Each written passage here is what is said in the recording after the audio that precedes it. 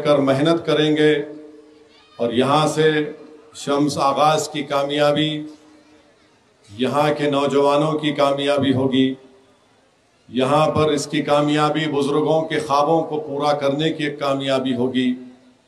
यहाँ से शम्स आगाज की बहैसियत विधायक कामयाबी, हमारे माँ और बहनों की वो तमाम उम्मीदें और तवक्कात हैं। इंशाअल्लाह ताला शम्स आगाज उस उम्मीदों पर पूरा उतरेगा।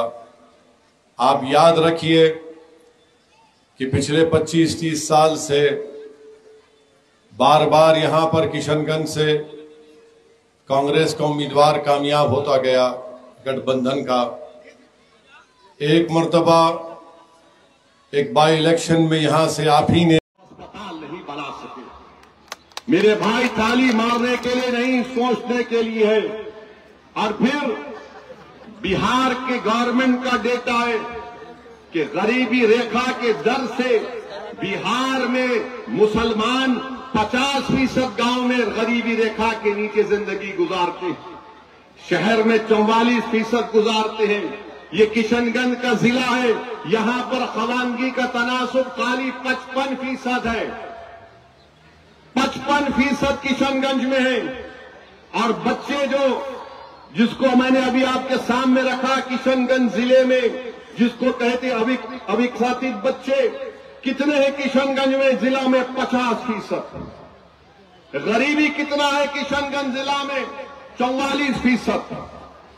और कितना इलाका इस किशनगंज का जो सैलाब आता है, कटाव होता है, 55% इलाका जिले का सैलाब आता है। और ये सब के सब हमको गाली देते हैं। अबे यार, तुम लोग इतने साल हुकूमत करे, 20 साल कांग्रेस ने किया, 15 साल लालू परिवार ने किया, 20 साल नीतीश कुमार, नरेंद्र मोदी, तेजस्वी यादव ने किया, और तुम हमको बोल रहे हो। मैं तुम्हारे मुंह पर ये फेंक रहा हूं, अगर गीरत है तो तुम बहादुरगंज या सीमांचल में वोट मांगने मत आओ। तुम लोग, तुमने धोखा दिया, तुमने धोखा दिया इस जनता को। और आज हमको बोलते हैं कि क्यों आ रहे हैं? इसलिए आ रहे हैं ये नाइंसाफी को खत्म करने के लिए। हम कब तक तुमको वोट डालकर हमारे माँ जो बच्चे पैदा करते हैं उनकी खबरों पर तुम अपने इक़्तिदार के महल तामीर करोगे? हमारा बच्चा बेटी स्कूल को नहीं जाता, उनका मुस्तकबिल बर्बाद हो गया, मगर तुम्हारी औलाद का बेटा मुख्यमंत्री बनेगा? ये नहीं हो सकता है भाई। ये लड़ाई बराबरी की है, ये लड़ाई सम्मान की लड़ाई मजलिस इत्तेहादुल मुस्लिमीन लड़ रही है। सीमांचल के इंसाफ की लड़ाई मजलिस इत्तेहादुल मुस्लिमीन लड़ रही है। ये बात बताने के लिए असदुद्दीन ओवैसी आज आपके दरमियान में आया और हम आपसे वादा करके जा रहे हैं कि इंशाअल्लाह ताला, अब आप देखिए सीमांचल की हम बात कर रहे थे ना, आपने नरेंद्र मोदी को सत्ता दी, 3 मर्तबा प्रधानमंत्री बनाया, नीतीश कुमार को सत्ता दी, 20 साल मुख्यमंत्री, आपने लालू परिवार को सत्ता दी, 15 साल मुख्यमंत्री, 20 साल में 2 मर्तबा तेजस्वी मुख्यमंत्री। अब बताओ सीमांचल में क्या किया? सीमांचल में क्या किया और पटना में क्या किया? आप देख लो, पटना में एम्स है, पटना में IIT है, NIT है, NIFT है, NLU है, PMCH है, NMCH है। राजगीर और गया में IIM है, सेंट्रल यूनिवर्सिटी है, नालंदा यूनिवर्सिटी है, बिहार पुलिस अकादमी है। और सीमांचल में क्या है?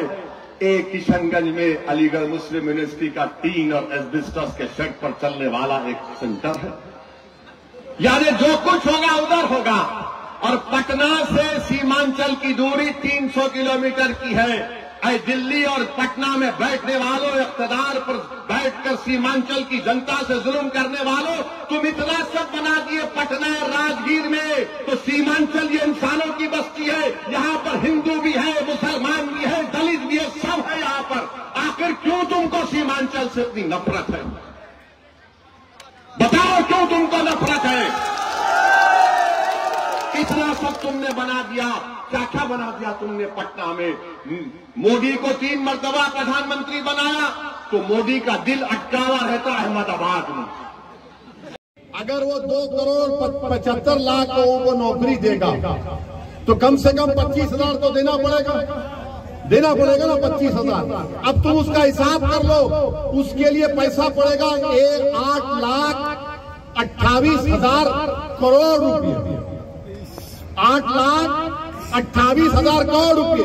पूरा बिहार सरकार का बजट कितना है? सालाना 2 लाख करोड़ का। ये कहां से लाएंगे बाबा तुम 6 लाख? पैसा तो झाड़ पे नहीं उगता ना। तो तेजस्वी बोलेगा वैसी भड़काऊ भाषण देता है, वोट काटते हैं तुम्हारा, इस पर भरोसा मत करो। अरे बाबा तुम बताओ तो सही, कहां से लाओगे, किधर से लाओगे, किधर से लाओगे? आप कैसा फिर बोलते कि अगर कोई सुनो बैठ, अगर कोई ये बोलता है कि इंटर्नशिप में हम नौजवान को फैक्ट्री में इतना पैसा देगा, कौन सी फैक्ट्री है यहाँ पर? वो तो बता दो प्यारे, कौन बता दो ना। देश के लिए बना पार्लियामेंट में, बिहार सरकार ने तो नहीं बनाया। अगर बिहार सरकार बनाती तो दूसरी सरकार आके खत्म कर देती। मैं कह रहा हूं कि वक्फ का कानून काला कानून है। ये कह रहे हैं कि हम आएंगे वो कानून को बंद कर देंगे। कैसा बंद करेंगे? अरे पूरे देश का बना हुआ है बाबा। अगर तुझे नहीं मालूम तो कोई वकील को बिठाकर सुन ले, समझ ले, उसके बाद कुछ बोल दे, और फिर आप इस तरह की बात करके चले जाते हैं। मेरे अजीज दोस्तों और बुजुर्गों, मैं आपको बता रहा हूं, मैं ठाकुरगंज की जनता को पैगाम दे रहा हूं, आप मेरी बात को गौर से सुनिए। तेजस्वी यादव के बगल में बैठकर वीआईपी पार्टी के हमारे मुकेश भाई को मैं सलाम करता हूं। उन्होंने अपने समाज के इतिहाद पर पूरा भरोसा करके कहा कि मल्ला समाज तेजस्वी के साथ है। अगर हमको सत्ता मिलेगी तो मल्ला समाज पूरे बिहार में 3% उप मुख्यमंत्री मैं बनूंगा। वीआईपी ने कहा कि मल्ला का बेटा उप मुख्यमंत्री बनेगा। अल्पसंख्यक समाज बिहार में है, वो क्या करेगा? दरी बिछाएगा। तुम दरी बिछाओगे या मुख्यमंत्री बनोगे? हाथ उठाकर जवाब दो। तुम मुख्यमंत्री बनना चाहोगे? अरे जोर से बोलो कि मुख्यमंत्री बनेंगे। जब मुख्यमंत्री बनने का दावा कर रहे तो याद रखो मेरी इस बात को, अगर मल्ला का बेटा उप मुख्यमंत्री बनेगा तो मोहम्मद का बेटा भी प्रधानमंत्री या फिर मुख्यमंत्री बनेगा इंशाअल्लाह। अबू बकर का बेटा भी मुख्यमंत्री बनेगा।